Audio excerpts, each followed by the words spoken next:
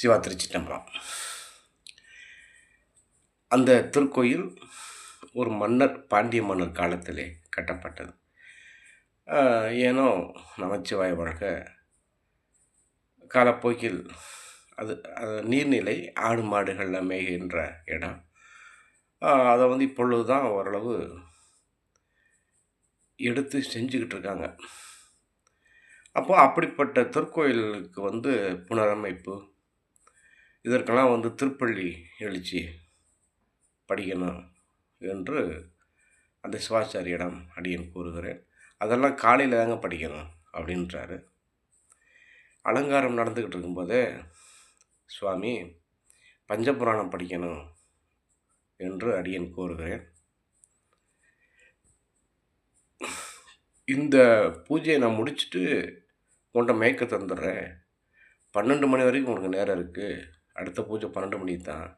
அது வரைக்கும் நீ என்ன வேணாலும் படிக்குங்க அப்படின்னு சொல்கிறார். நமச்சிவாய வாழ்க, சிவசிவா.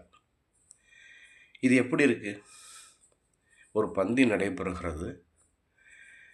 அப்போது ஒருவருக்கு உணவு போடுறோம்னு வச்சுங்களேன், எல்லாருமே சாப்பிட்டு முடிஞ்ச பிறகு மிச்சம் இருக்கிறத போடுவோம் அப்படிங்கிற மாதிரி இருக்குது.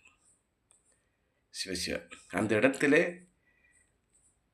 அடியேன் பாட வேண்டும் என்று கேட்கவில்லை. தமிழ், அதாவது 12 திருமுறைகள் பாடப்பட வேண்டும். அதன் சுருக்கமாக பஞ்சபுராணம் என்பது பாடப்பட வேண்டும். சரிங்களா? நமச்சிவாய் வாழ்க. அதுபோக பெரும்பாலும் ஈசனை அபிஷேகம் முடிஞ்சு ஈசனுக்கு அந்த அலங்காரம் நடைபெற்று பூஜை நடைபெறுவதற்கு முன்பு இந்த திருமுறைகள் படிப்பது சிறப்பு. சரிங்களா? அதுலேயும் பொன்னார் மேனியனை புலித்தாளை அரை கசைத்து, இந்த பாடல் தான் பெரும்பாலும் இந்த அலங்கார ரூபத்தில் அப்படி இருக்கும் பொழுது எம்பெருமான் சுந்தரமூர்த்தி சுவாமிகள் அருளி செய்த பாடல். சரியா? அதற்கு அனுமதி இல்லை. அடுத்த காணொளியில் பார்ப்போம்.